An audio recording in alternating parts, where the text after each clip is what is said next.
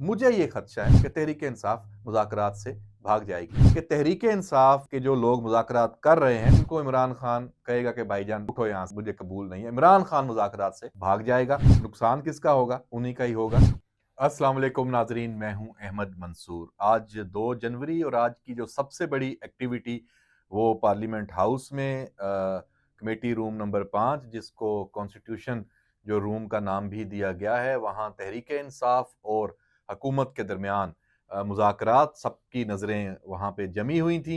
हम भी वहाँ मौजूद थे और अभी वहाँ से सारी जो तफसील लेके आए हैं और उससे जो जुड़े कुछ मामलात हैं, कुछ अंदरूनी खबरें हैं, वो आपके साथ शेयर करते हैं और आपको बताते हैं कि जो एक तो एलामिया आया है और जो पस पर्दा मामलात चल रहे हैं और आगे क्या होगा, क्या इम्कानात हैं इन मुज़ाकरात की कामयाबी के, नाकामी के, क्या-क्या इसमें हर्डल्स आ सकती हैं, क्या स्पीड ब्रेकर्स हैं और जो सबसे पहला स्पीड ब्रेकर है या जिसको आप डेडलॉक का भी नाम दे सकते हैं, डेडलॉक नंबर 1, वो क्या है? वो आपसे शेयर करते हैं। लेकिन उससे पहले एक और डेवलपमेंट, लोग इसको मुज़ाकरात से जोड़ रहे हैं। बिल्कुल, जब ऐसे मामलात होते हैं तो ये चीज़ें एक दूसरे के साथ लिंक होती हैं।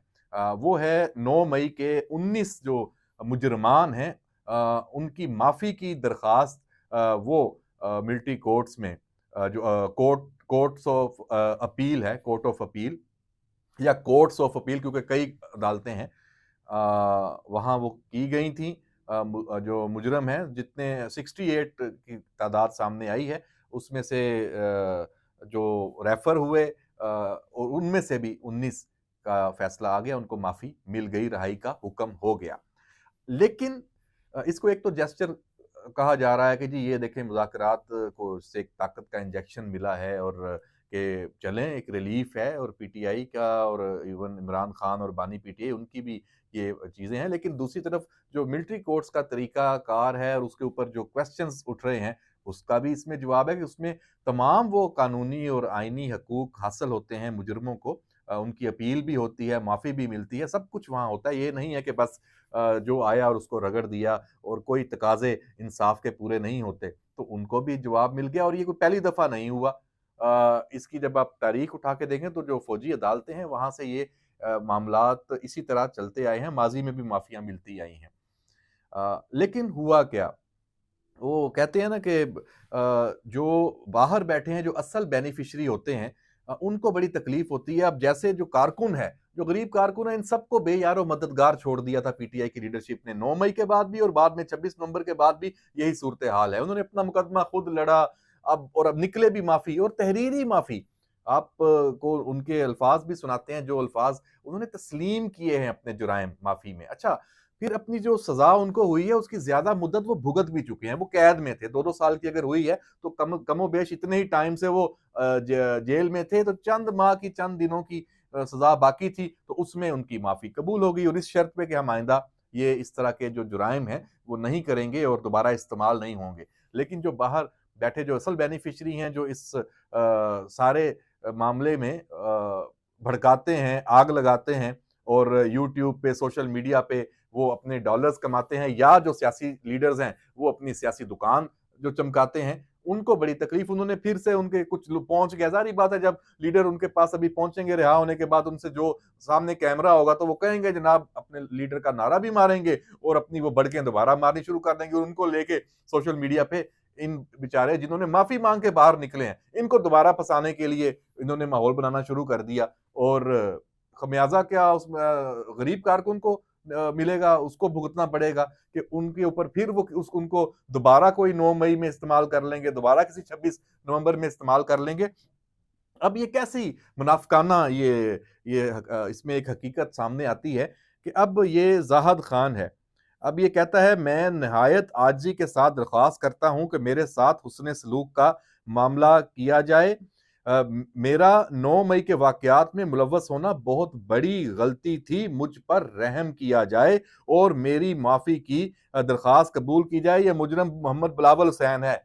और इसकी आप देख लें, वो एक जो सनम जावेद ने गालिबन साथ खड़े होके बड़े जनाब ग्लासेस वगैरह लगा के मेकअप-शेकअप करके तैयार होके पूरी शूटिंग की है और वो उस बेचारे की जो पूरी दरख्वास्त है, वो आप देख लें कि वो अपनी ना सिर्फ़ तस्लीम कर रहा है जुर्म को और माफ़ी और रहम की दरख्वास्त भी कर रहा है जो मंजूर हुई। इसी तरह बाकी और मुजरमान हैं, सबकी तहरीरी दरखास्तें अब ये सामने आ गई कि भाई ये कोई आप लोग अपना जुर्म तस्लीम करके और माफ़ी मांग के आए हैं, इंसानी हमदर्दी की बुनियाद पे ये फैसला हुआ है, अब आप आके बढ़के मारें। और फिर तो इसमें कारकुनों के लिए सबक है, उन्हें समझना चाहिए कि उनकी लीडरशिप या ये यूट्यूबर्स या सोशल मीडिया के जो ये अनासर हैं, ये फिर ऐसा माहौल बनाते हैं कि दोबारा उनके साथ वही हो जो पहले हुआ है। तो बहरहाल ये एक अहम डेवलपमेंट। और फिर वापस मुज़ाकरात पे आते हैं। मुज़ाकरात को भी सबोताज करने के लिए इन्हीं अनासर की जानिब से सबसे बड़ा खतरा है। अब एस्टेब्लिशमेंट में आप देख लें, मुज़ाकरात को वेलकम कर चुकी है। डीजीआईएसपीआर की प्रेस कॉन्फ्रेंस ऑन रिकॉर्ड मौजूद है कि सियासतदान बैठे हैं और अच्छी बात है, खुशाइंद है और इसमें ये होना चाहिए और देख रहे हैं क्या होता है, फैसला सियासतदानों ने करना है। एपेक्स कमेटी का इजलास था, वजीर आला खैबर पख्तूनख्वा अली अमीन गंडापुर वहां से होके आए। जाहिर बात है वहां मुल्क की तमाम जो क्यादत है, जो वफाक के हुक्मरान हैं वो भी मौजूद थे, जो सूबों के हैं वो भी थे, स्टैब्लिशमेंट भी मौजूद थी। तो वहां से होके वो मुज़ाकरात में आए और सबसे ज्यादा मुतमिन और वही थे और उनको होना भी चाहिए। तो मुज़ाकरात में क्या हुआ, वहां आज क्या तय था। हम असल मुद्दे पे आते हैं, जो जिसकी खबर भी है। वहां यह तय था कि आज पीटीआई ने चार्टर ऑफ डिमांड तहरीरी तौर पर देना था। अच्छा, उससे पहले ये तमाम जो कमेटी है, ये बानी पीटीआई, ये इमरान खान से डयाला में मुलाकात करके आई है। वहां से इन मुज़ाकरात के हवाले से एक पूरा अपना एजेंडा वो सेट करके आए हैं कि हमने क्या क्या बातें करनी है। लेकिन अब निकला क्या है कि यहां से फिर उन्होंने टाइम लिया है कि हम फिर दोबारा अडयाला जाएं, हमारी मुलाकात करवाई जाए और हमने फिर दोबारा पूछना है उनसे। अब ये जो माहौल है, ये असल जो स्पीड ब्रेकर है इन मुज़ाकरात में, वो अडयाला बना हुआ है। जो पहला डेडलॉक आया है वो इस तहरीरी चार्टर ऑफ डिमांड के ना आने की वजह से आया हुआ है। ये क्यों घबरा रहे हैं, ये क्यों परेशान है लिख कर देने में कि हमारी ये शराइत है। भी जब मुज़ाकरात में बैठे हैं तो आपकी शराइत है तो लिख कर दे दें। तो और आपको तो ये भी प्रॉब्लम नहीं है कि आप तो लिखी हुई से भी मुकर सकते हैं। आपके कारकुनों ने ये देख लें जो माफी नामे दिए हैं, उनसे भी एक तरह से मुकरे ही हैं कि बाद में आगे फिर बढ़ के शुरू कर दी। तो आप भी बाद में मुकर सकते हैं, तो लिख के देने में क्या हर्ज है, आपकी पुरानी तारीख भी है, तो लिख के देने में भी कोई प्रॉब्लम है। और इसमें जो हमारी इतला यही है कि हुकूमत ने, जो सागदार भी हुकूमत की तरफ से थे और बाकी सारी उनकी लीडरशिप है, जो सियासी जो उनके इत्तेहादी हैं, नवीद कमर, राजा परवेज अशरफ, वो भी मौजूद थे। स्पीकर रियाज सादिक तो बज़ाहिर दोनों तरफ से इस वक्त खेल रहे हैं। अच्छा रोल है उनका, पॉजिटिव रोल है, और उनका इससे ज्यादा नहीं है कि वो सदारत कर रहे हैं इस मुज़ाकराती जो कमेटियों के इजलास की। और ये जो अब डेडलॉक जिसे मैं कह रहा हूं, ये स्पीड ब्रेकर कि आप तहरीरी तौर पे नहीं लिख के दे रहे, इसके पीछे हुकूमत की डिमांड है। ये हुकूमत ने कहा कि भाइयों जाएं बानी से जरा तहरीर पे दस्तखत शस्खत करवा के लाएं, आपकी जो भी डिमांड्स हैं बिल्कुल हमें पता है, जबानी आप बता रहे हैं तो जबानी तो कोई मतलब कुछ तो सर पैर होगा। हाँ, एक और बात कि जबानी की भी मैं समझता हूँ अहमियत इसलिए है कि ये सारा रिकॉर्डिंग हो रही है इसकी, जो जहाँ पे ये मुज़ाकरात हो रहे हैं, एक-एक लफ्ज़ रिकॉर्ड हो रहा है। अगर ये रिकॉर्डिंग इसकी नहीं हो रही, तो फिर तो इन मुज़ाकरात की कोई वक़्त नहीं है। लेकिन जो पार्लियामेंट का तरीक़ाकार है, कमेटियों में यहाँ पूरा रिकॉर्डिंग सिस्टम मौजूद होता है, तो ताकि कल को कोई फ़रीक मुकर ना जाए। तो बहरहाल अब ये जाएँगे, इनको हफ़्ते को या पीर को, सोमवार को अगला जो आना है, पटियाला में फिर मुलाकात हो जाएगी। तो अब ये डिले अगर है मुज़ाकरात में, तो ये पीटीआई या बानी किसी हुकूमत पे इल्ज़ाम नहीं लगा सकते कि ये इसमें डिले है, देर हो रही है। 31 जनवरी की हमने डेडलाइन दी है, तो 10 दिन 12 दिन में आप सिर्फ 2 दफ़ा बैठ सके हैं, तो इसको इतना स्लो क्यों किया हुआ है? अब 2 चीज़ें हैं। एक तो ये है कि इनको फिर ये खुशफ़हमी भी है कि ये 20 जनवरी तक हम इसको लटकाएँगे तो फिर मामलात आएगा और ट्रंप आएगा तो पता नहीं क्या होगा। खैर ये खुशफ़हमी तो इनकी दूर हो जानी चाहिए। दूसरी, ये जो 6 जनवरी को 190 मिलियन पाउंड केस का फैसला मुतवक्को है, उससे भी है। हालाँकि खुद सलमान अकरम राजा ने इस पे कह दिया है कि इस फैसले का इन मुज़ाकरात से कोई ताल्लुक नहीं है। सज़ा हो भी जाती है तो अगली अदालतें मौजूद हैं। तो ये भी कहीं पे मामला चल रहे हैं कि सजा अगर होती है तो वो भी रिलीफ की एक किस्म होगी कि आप जाके हाई कोर्ट से रिलीफ ले लें और वहां से आपकी जमानत हो जाए। तोशाखाना 2 केस भी मौजूद है और चीजें भी हैं। जीएचक्यू हमला केस है, फैज हमीद का मामला चल रहा है, उसमें 9 मई भी आया हुआ है। तो अभी इतनी आसानी नहीं है। जो मैं पहले भी बार बार कह चुका हूं कि इन मुज़ाकरात में इमरान खान की सियासत में भरपूर जो वापसी है उसका अमकान जीरो है। उसके ऊपर बिल्कुल भी हुकूमत नहीं आएगी। वो आप ये अपने हाथ पांव क्यों कटवाएं? तो ऐसा मुमकिन नहीं है। ये मतलब इलॉजिकल बात है। इमरान खान को रिलीफ देने की बात, अच्छा मैंने एक प्रोग्राम में भी ये बात पहले भी की है कि पीटीआई और इमरान खान का तरीका वारदात ये है कि जो बात वो चाह रहे होते हैं, जो मांग रहे होते हैं, जो उनकी ख्वाहिश होती है, वो खुद ही दूसरों के ऊपर कहना शुरू कर देते हैं कि हम पे ये दबाव है कि ये करें। जैसे बनी गाला कि हमें कहा जा रहा है, हमें ऑफर है कि बनी गाला इमरान खान शिफ्ट हो जाए, मुंतकल हो जाए, सब जेल बनाए, वहीं पे अपनी कैद पूरी करे, वो कोई बात नहीं करेगा, कोई नहीं बोलेगा, तो ये रिलीफ है। लेकिन डट के खड़ा है कप्तान, बनी गाला तो जाना ही नहीं है ना। तो अब ये बातें खुद से सोशल मीडिया पे फैलाना, बाहर आके बातें इमरान खान से मंसूब करके ये बातें करनी शुरू हो गए हैं। होगा क्या? होगा ये कि डेफिनेटली हुकूमत के पास ये एक ऑप्शन मौजूद होता है कि किसी भी कैदी को, अगर वो सियासी उसकी पहचान है या कोई और भी वजह है, तो उसको हाउस अरेस्ट करने का उनके पास इख्तियार है। अदालती रिलीफ हुकूमत नहीं दे सकती।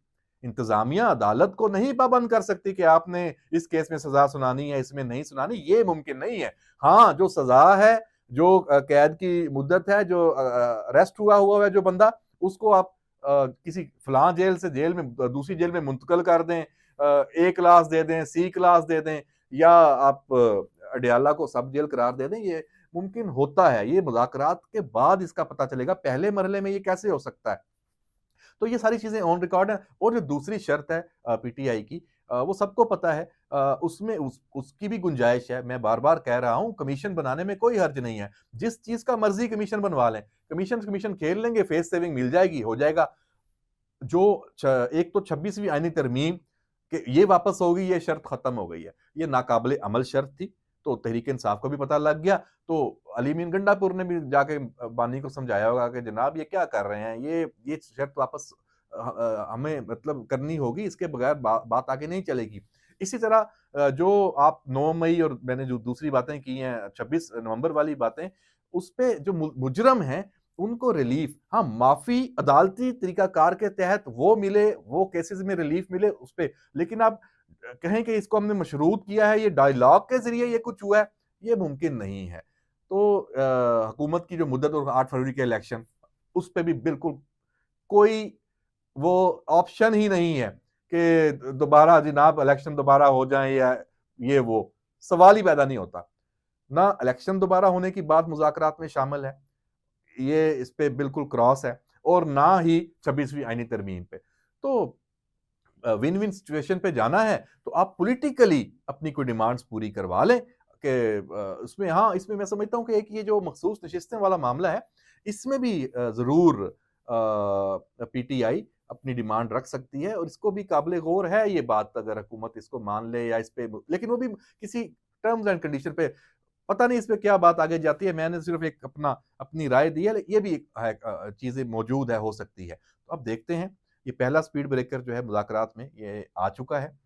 6 दिन बाद या जब अगला फेज आना है इसकी, जो 1 हफ्ते बाद, तो 6 जनवरी के बाद इन्होंने ये डेट खुद पीटीआई ने कहा कि करें, उसको सारी बात है 190 मिलियन पाउंड से वो किया हुआ है। तो अब अगला जो इजलास है वो फैसला कुन हो सकता है। मुझे पता नहीं क्यों ये गुमान है कि तहरीक इंसाफ भाग जाएगी मुज़ाकरात से, मुझे ये लग रहा है। वो वजह जवाज क्या बनाएंगे, उनके पास 100 जवाज हैं, वो तो आपको पता है, बड़ी बड़ी एग्जांपल्स हैं जवाज बनाने की। तो देख लेते हैं। बल मैं फिर ये दोबारा रिपीट कर रहा हूं, मुझे ये खदशा है कि तहरीक इंसाफ मुज़ाकरात से भाग जाएगी। मैं अपनी बात में थोड़ी सी तब्दीली कर रहा हूं। मुझे ये खतरा है कि तहरीक इंसाफ के जो लोग मुज़ाकरात कर रहे हैं, उनको इमरान खान कहेगा कि भाईजान उठो यहाँ से, मुझे कबूल नहीं है। इमरान खान मुज़ाकरात से भाग जाएगा। नुकसान किसका होगा? उन्हीं का ही होगा। तो ये सारी कोशिश ज़रूर करेंगे उसको कि वो ना भागे। देखते हैं कि तहरीक-ए-इंसाफ के जो मुज़ाकरातकार हैं, वो कामयाब होते हैं या अडयाला में इमरान खान कामयाब होता है। ये मामला अभी चलता रहेगा और बड़े गरमा-गरम खबरें हमें मिलती रहेंगी। इजाज़त दीजिए, अल्लाह हाफ़िज़।